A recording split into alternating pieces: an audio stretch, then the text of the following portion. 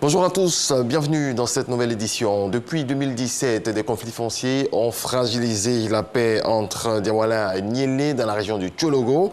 Aujourd'hui, les populations veulent aller de l'avant. Elles s'engagent à trouver des solutions à ce qui les opposait. Le ministre de la Réconciliation, Kwadio Konan Bertin, les accompagne sur cette voie. Le point de Sidonie Davila.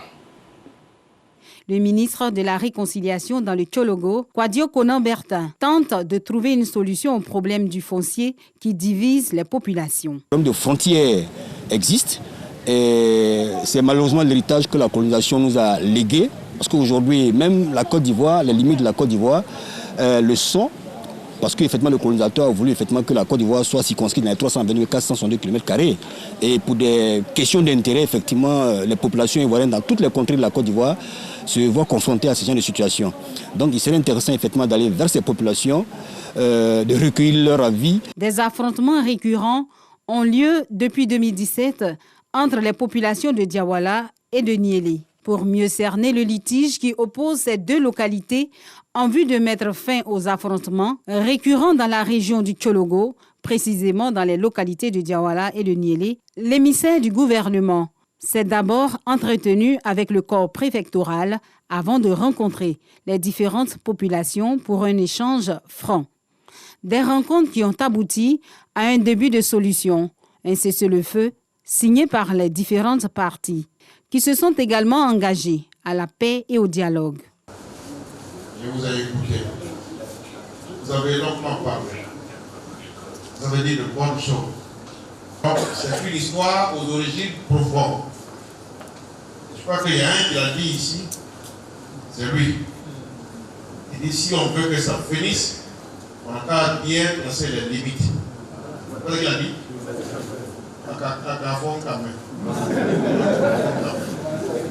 Donc tout ça, on va regarder. Tous les discours que vous avez tenus là, on va mettre tout ça ensemble. On va retracer, regarder. Et puis moi, je vais parler au président de la République, de lui rendre compte. Et puis les préfets et tout ça, on va regarder et on va revenir pour envoyer des solutions définitives. Pour une solution durable du litige foncier entre les populations de Diawala et de Niélé, les autorités ont envisagé des pistes de solutions durables telles qu'un découpage administratif repartissant des villages entre les sous-préfectures avec à la clé le lotissement des villages de certaines localités par la sous-préfecture de Niélé. Dans notre dossier ce jour, nous parlons de ces emballages très prisés pour le conditionnement de la nourriture, papier ciment, journaux, sachets ou papier aluminium. Des emballages nocifs pour la santé. C'est ce que nous allons voir dans quelques instants avec Ami Sissoko. Servir la clientèle dans du papier journal, surtout dans du papier ciment, un geste devenu banal chez les vendeurs de beignets et autres grillades installés dans la rue. Des papiers comme ça, nous utilisons. Vous voyez? Ça là, tu peux manipuler, tu peux faire tout ce que tu veux, tu as mis l'eau dedans. Papier de famille ne supporte pas l'eau. Ça se coupe. Oui, sincèrement, on n'a pas un autre. C'est pour cela qu'on utilise papier en ciment. J'ai remarqué qu'on met dans les anciens papiers de ciment. On remarque que souvent, ce n'est pas propre. Mais quand tu parles de ça au vendeur, le vendeur te dit qu'il a bien nettoyé, qu'il n'a pas de problème. Jeanne et sa sœur cadette utilisent une trentaine de sacs de ciment par semaine pour l'emballage de leurs beignets proposés à la vente. C'est papier de ciment. C'est pas bon, mais on fait comment? Avant de s'en servir, le papier ciment transite par le bac à lessive. Le ciment est dangereux pour la santé. C'est pour ça qu'on le lave. On ne peut pas, même si tu tapes là, le ciment ne quitte pas. Parce que sur les écritures du ciment là, souvent on voit même, on dit avant d'utiliser de porter des gants. Voilà. Donc si pour les doigts c'est pas bon, c'est pas pour le ventre qui serait bon. Pourtant, laver le papier ciment ou le secouer avant d'en faire usage pour servir la nourriture ne minimise en rien le danger. Juste un lavage comme ça à l'eau ne peut pas faire partir la totalité de ce ciment et de ses constituants à l'intérieur du papier. Lorsque vous respirez du ciment, il y a quand même une toxicité qui va aboutir à un cancer des voies respiratoires. Par contre, lorsque vous consommez du ciment, par le biais de ces emballages-là de papier ciment, vous pouvez avoir des risques de toxicité au niveau du rein, du foie, au niveau digestif avec des ulcères. Vous pouvez avoir une insuffisance rénale, des problèmes hépatiques, etc. Les sacs de ciment proviennent généralement des chantiers de construction. 1 à 25, on vend ça comme ça. Ceux qui vendent viande, c'est eux qui payent. Il y a des femmes qui viennent acheter. Moins cher et il coûte 25 francs. Tout le monde utilise. C'est pour ça que je prends aussi. Autre emballage, tout aussi prisé par les commerçants. Le papier journal. Les journaux proviennent généralement des invendus des maisons d'édition. Nous, on les achète, on les revend aussi au marché. Avec les femmes qui vendent les arachides, les vendeuses de poissons fumés, les vendeuses de pain. Le papier journal. Il est aussi dangereux comme emballage alimentaire. La fabrication des journaux, ça se fait pas vraiment dans les conditions hygiéniques. Il y a des machines, on utilise des solvants, on utilise beaucoup de produits chimiques. Lorsqu'il sort, il est manipulé par différentes personnes. Devant le refus de leurs clients de se faire servir dans du papier ciment ou dans du journal, Alassane et Jean-Charles, vendeurs de viande braisée, optent pour le papier aluminium. Il faut mieux de prendre papier aluminium qui est un peu plus propre. Et par rapport à ça, on utilise papier aluminium bien emballé. Mes clients sont nombreux. Hein? Ils nous encouragent même de ne pas continuer de mettre ça dans le papier de ciment. Hein? C'est présentable et puis bon, ça attire encore les gens.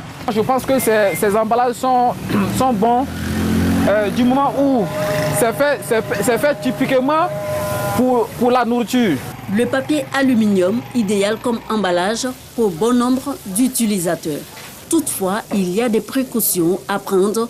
Le papier alu, le plus souvent, c'est pour faire la conservation d'aliments chauds, tels que les grillades, d'aliments surgelés, d'aliments froids ou même des aliments frais.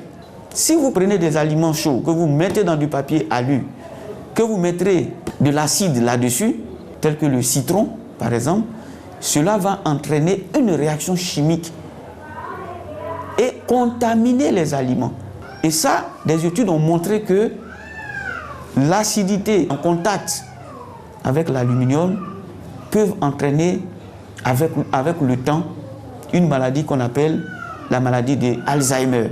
Utiliser du papier ciment, de vieux journaux, du papier aluminium ou autres emballages non conventionnels comme emballage alimentaire peut donc s'avérer nocif. On se dirait, a priori, des feuilles, c'est quand même des feuilles, c'est naturel, etc. Mais vous ne savez pas dans quelles conditions cette plante-là, elle a grandi, elle a poussé. Peut-être qu'elle est dans un sol contaminé.